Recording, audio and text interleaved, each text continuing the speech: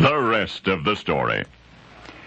Every day at about the same time, around noontime, this same young man would visit George Williamson's Chicago candy store. Now, he was an undistinguished lad, except perhaps for his sense of humor. He rarely, if ever, actually bought candy, but he loved to talk to the shop girls. In fact, after a while, the youngster had made of himself an incredible pest. Mr. Williamson would often admonish the little fellow that his employees were there to make and sell candy, not to joke around with visitors. By the way, Mr. Williamson would say, didn't the boy have anything better to occupy his time? But the child remained undiscouraged, and pretty much all through the year 1920 and beyond, he returned to the Williamson store each day to talk and to joke and and to get in the way. But this is the rest of the story. The young women who worked at Williamson's had a brainstorm. At long last, they decided that this little pesky boy was determined to haunt the place, so why not make use of him? The next time he came in, for example, they could tell him they had a job for him, that there was an errand that needed running.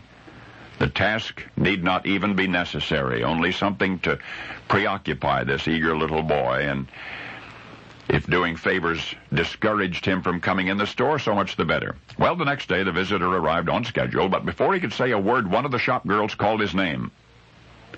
One of the shop girls called his name. Would he please go fetch something or other at such and such a place?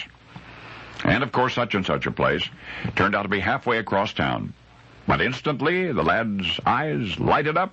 He'd be glad to help out any way he could, he said, and in a flash he was out the door. And from that day on, every time he walked into the store, some designated employee would call his name.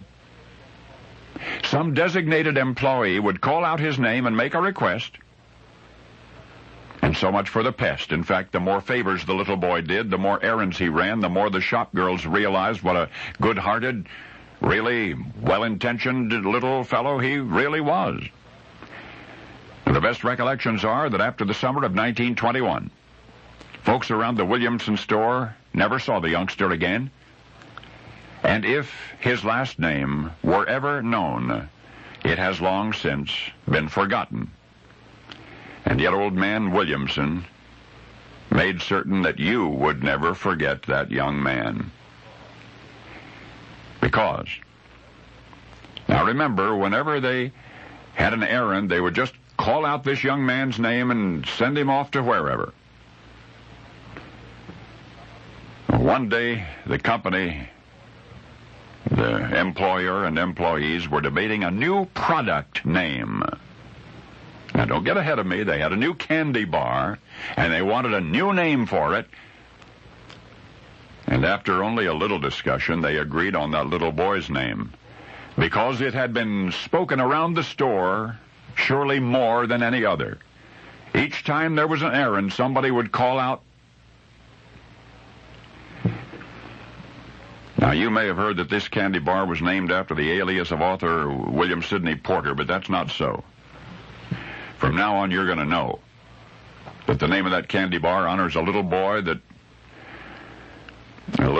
you never knew, by echoing the voices of the shop girls at Williamson's when they would call out each day, "Oh, Henry." Oh, Henry. And now you know the rest of the story.